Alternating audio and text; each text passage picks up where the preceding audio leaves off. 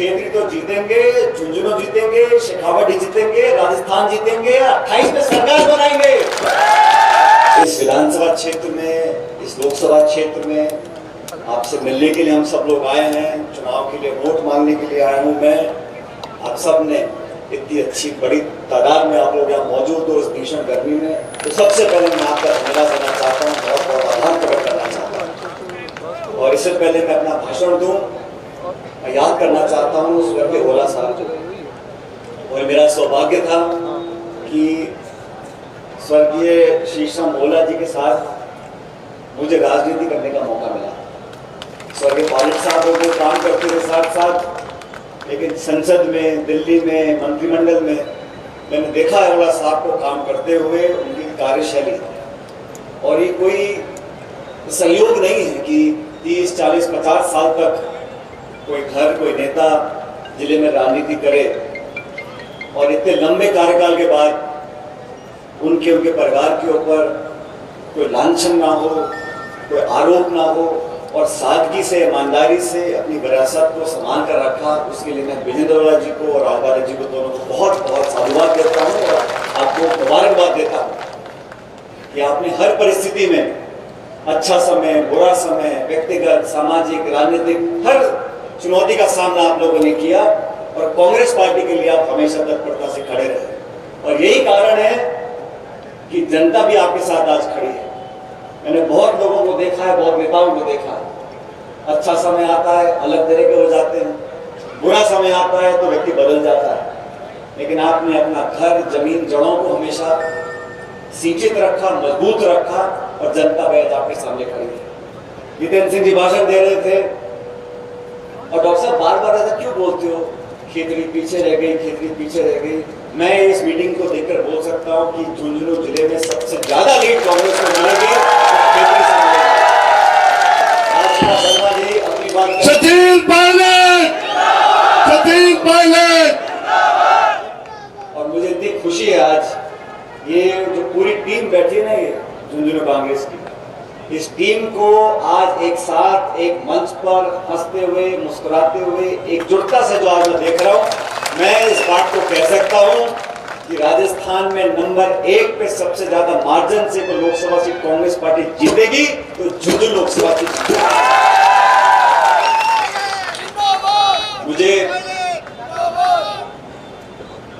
ये बताने में आप लोगों को कोई संकोच नहीं कि भाजपा भी सबसे ज्यादा चिंतित है तो झुंझुनू को लेकर है। इसलिए आप लोगों से निवेदन करने आया हूं, चुनाव के बीच में 19 तारीख को मतदान होगा। देश में 10 साल से जो हालात पैदा किए गए, आर्थिक नीति, कृषि नीति, दमन की राजनीति, प्रतिशोध की राजनीति, टकराव की राजनीति, आक्रमण की राजनीति, इस राजनीति को समाप्त करना बहुत जरूरी है। गैर कांग्रेस सरकारें देश में पहले भी बनी है, लेकिन 75 सालों में अलग अलग सरकारों ने इस देश की संवैधानिक संस्थाओं को सिंचित करने का काम किया। जिन संस्थाओं को मजबूत बनाकर आज हमने खड़ा कर रखा है, उन संस्थाओं को नीतिगत तरीके से एक एक कर कमजोर करने का काम ये सरकार कर रही है। और आप लोगों को सचेत होना पड़ेगा साथियों। लोकतंत्र में वोट डाल देना पेटी में, उसका अधिकार हमें मिल जाए, ये लोकतंत्र नहीं है।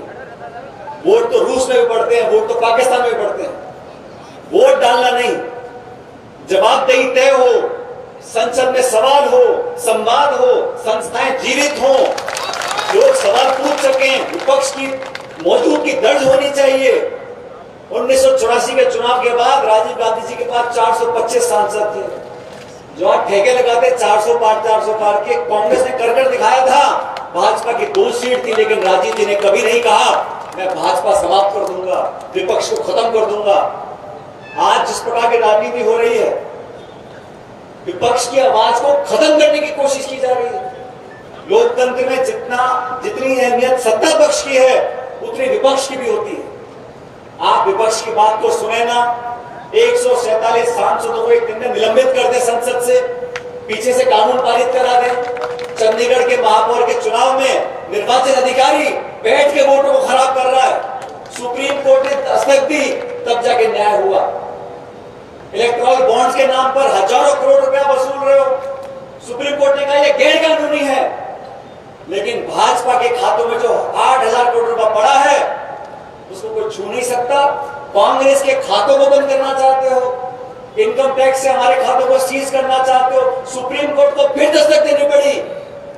हम प्रमुख विपक्षी दल है कांग्रेस पार्टी, देश में सबसे पुरानी पार्टी है, सबसे बड़ा विपक्षी दल है।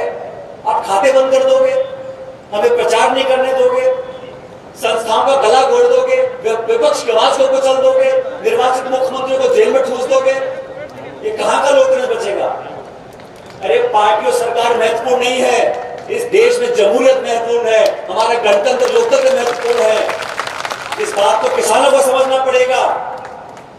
इस प्रकार की राजनीति हो रही है। आज ओला जी की बात नहीं, आज एक सीट जीतने आने की बात नहीं है। आज देश में जो चुनौती है उसको समझना पड़ेगा, एक गंभीर चुनौती है। इंडिया अलायंस के तमाम दलों की वोट को जोड़ लो 2019 के चुनाव में तो 65% वोट हम लोगों को मिला था, एनडीए को मिला था 35%। जब ये आंकड़ा सामने आया तो बीजेपी के हाथ पैर फूले, उन्होंने और लोगों को जोड़ना शुरू कर दिया, इसको तोड़ो, उसको जोड़ो, इसको लिया। अरे भाई तुम अगर 400 पार कर रहे हो तो काहे को हमारे नेता को ले रहे हो? तुम रोज मारा डाल रहे किसी नेता को, तो पूर्व प्रधान, पूर्व मंत्री, पूर्व अध्यक्ष, और तुम्हारे जो वर्तमान लोकसभा सांसद हमारे पास आ रहे हैं वो क्यों आ रहे हैं? चूड़ वाले सांसद बीजेपी में थे, आज कांग्रेस में आए हैं। हरियाणा के लोकसभा के सांसद बीजेपी के आज कांग्रेस में आए हैं। आप में अगर इतनी ताकत, इतना आत्मविश्वास है 400 पार करने का, तो कांग्रेस के विपक्षी नेताओं को क्यों अपने से जोड़ रहे हो? ये सिर्फ भाषणबाजी है, जुमलेबाजी है और लोगों को भ्रमित करने की राजनीति हो रही है। धर्म के नाम पर, मंदिर मस्जिद के नाम पर मैं आप लोगों को आह्वान करना चाहता हूं, ये देश प्रदेश में जो आज माहौल है ये बदलाव का माहौल है। कांग्रेस पार्टी के तमाम उम्मीदवार जीत कर जाएंगे। और ओला साहब ने जो अपनी बात रखी, मेरा तो ओला जी आपसे ये भी निवेदन है, आप सबके नाम पढ़ रहे थे और देखो ओला से भी क्या ये मुस्कुराते कम है, सही कह रहा हूं? लेकिन जब राजबाला जी का नाम आता है थोड़ा मुस्कुरा के आप बोलो, कोई मुद्दा बिल्कुल इतना गंभीर चिंता करने की कोई जरूरत नहीं है। कोई मुद्दा बिल्कुल इतना गंभीर चिंता करने की कोई जरूरत नहीं है। खेतरी तो जीतेंगे, झुंझुनू जीतेंगे, शेखावटी जीतेंगे, राजस्थान जीतेंगे, 28 में सरकार बनाएंगे। हो गया ढकोसलेबाजी, सरकार बना ली बीजेपी ने, सरकार बना ली आपने। इन 4 महीनों में ग्रामीण क्षेत्रों में काम सारे ठप, मंत्री रूस कर बैठे, सेक्रेटरी पता नहीं कौन लगा रहा है, हर 2 दिन में बदले जा रहे हैं। प्रधानमंत्री सुबह शाम पानी पी कर राजस्थान क्यों आ रहे हैं? उनको मालूम है यहां से बिस्तर बनने वाला है, कुछ बचेगा नहीं। यहाँ पर किसान, नौजवान सब वर्ग, हम सब मिलकर साथ हैं। और कांग्रेस वो पहली पार्टी है जिसने घोषणा करी कि हमारी सरकार बनेगी तो हम एमएसपी पर कानून लेकर आएंगे। साथियों, मैं धन्यवाद देना चाहता हूं राहुल गांधी का, खड़गे जी का, उन्होंने कानून बनाने की बात करी है। बीजेपी को 2019 में ये 300 पार कर गए। 300 पार कर गए तो क्या किया? नोटबंदी लेके आ गए, जीएसटी लागू कर दिया और 3 काले कानून किसानों के खिलाफ बनाए। और दोहरी नीति देखो, इनकी सरकार के नेता मंत्री जिनके घर वाले किसानों को गाड़ी से कुचल देते हैं, आप कोई कार्रवाई नहीं करते। आपके नेताओं पे आरोप करते हैं शोषण के, हमारी बच्चे महीनों तक दिल्ली बैठे रही पहलवान, आपने कोई कार्रवाई नहीं करी। आप बात पारदर्शिता की करते हो, भ्रष्टाचार की करते हो, परिवारवाद की करते हो।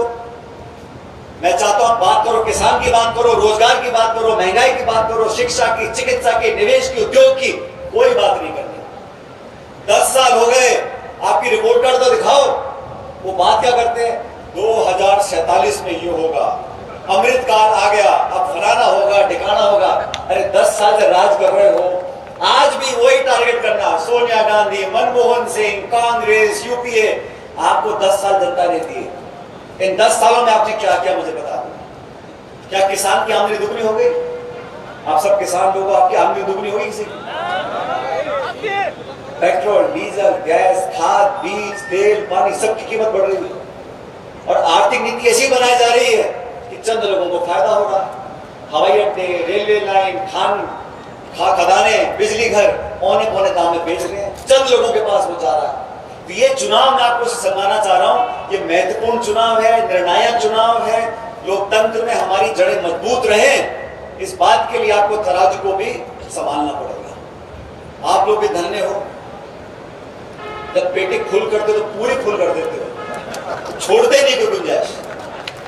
लेकिन अभी समय बदल रहा है और मैं आज व्यक्तिगत रूप से मंच पे तमाम हमारे नेतागण बैठे हैं, सारी विधायक, और आपने विधानसभा चुनाव में बहुत अच्छा बहुमत हम लोगों को दिया, उसके लिए मैं आपका बहुत धन्यवाद करना चाहता हूं। और मेरे झुंझुनू के कांग्रेस के परिवार को आज इतने जोश में ओला साहब के लिए वोट मांगते देखते हुए मुझे कहने में कोई आशंका है, न संकोच है कि रिकॉर्ड बनेगा। और डॉक्टर साहब, ये खेतरी वालों ने मन बना लिया, इस बार सबसे ऊपर खेतरी के लोग रहेंगे, फिर आप आपस में झगड़ा करते रहना कौन आगे